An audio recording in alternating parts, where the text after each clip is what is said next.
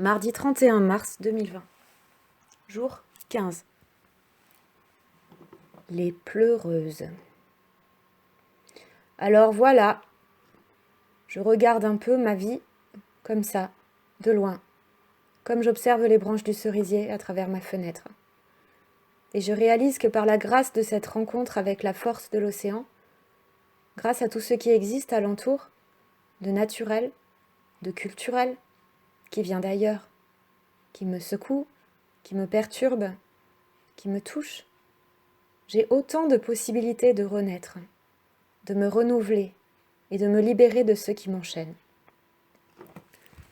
Ces modes de fonctionnement, de relation à soi et aux autres, ces craintes, ces réflexes, ce système de valeurs qui se transmettent à travers l'éducation, la société, l'exemple, j'ai appris qu'il était possible de s'en défaire, de s'en extraire, d'opérer un détachement entre l'élan vital qui constitue notre force intrinsèque, désirante, et ses revêtements égoïques. Il ne s'agit pas de se débarrasser de tout.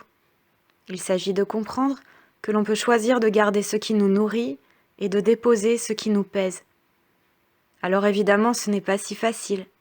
C'est un processus qui demande beaucoup de patience. La volonté ne suffit pas, même si elle est absolument nécessaire. L'ego est narcissique. Il se mire en soi. Il s'admire tel qu'il est. Il n'est pas du tout disposé au changement. Mais quand la volonté s'obstine et qu'elle rencontre l'océan, l'inconnu, la parole surprenante, le regard bouleversant, quand l'ego se laisse distraire et qu'il baisse un instant la garde, alors une brèche s'ouvre en soi, qui offre un passage possible pour dégager l'ancien et libérer de l'espace. Pas de l'espace pour remplacer l'ancien par quelque chose de neuf, non. Juste de l'espace pour respirer plus fort, pour grandir en soi. L'océan a pris ma souffrance et l'a déposée à côté de moi. J'ai eu le choix. Je pouvais la reprendre, m'en revêtir à nouveau, sinon l'océan l'emporterait. L'abandonner, c'était renoncer à suivre le modèle conformiste de la sacro-sainte éducation judéo-chrétienne, renoncer aux valeurs de mon groupe de référence, ma famille. J'étais essentiellement pétrie de cette bonne vieille morale. Quand un drame survient, il faut souffrir. Pas juste souffrir pour soi, non. Il faut aussi souffrir parce que c'est de bon ton.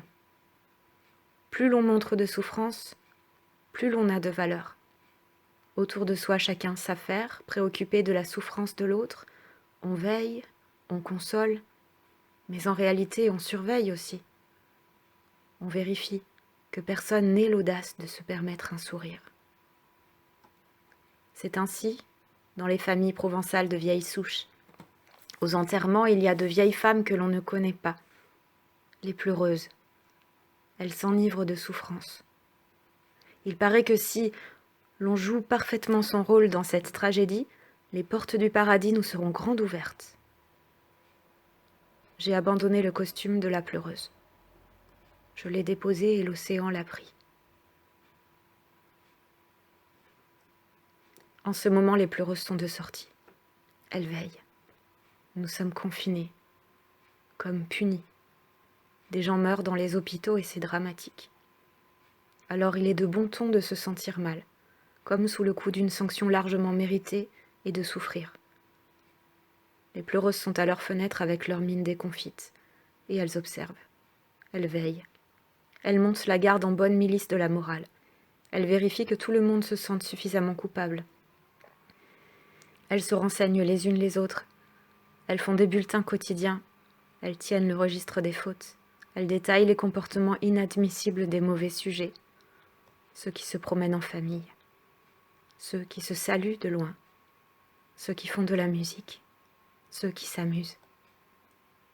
Cette bonne vieille croyance. Mais dans quel but ? Si seulement la souffrance pouvait repousser le malheur. Si nous ressentons de la joie, amusons-nous. Si nous ressentons de la peine, soyons tristes.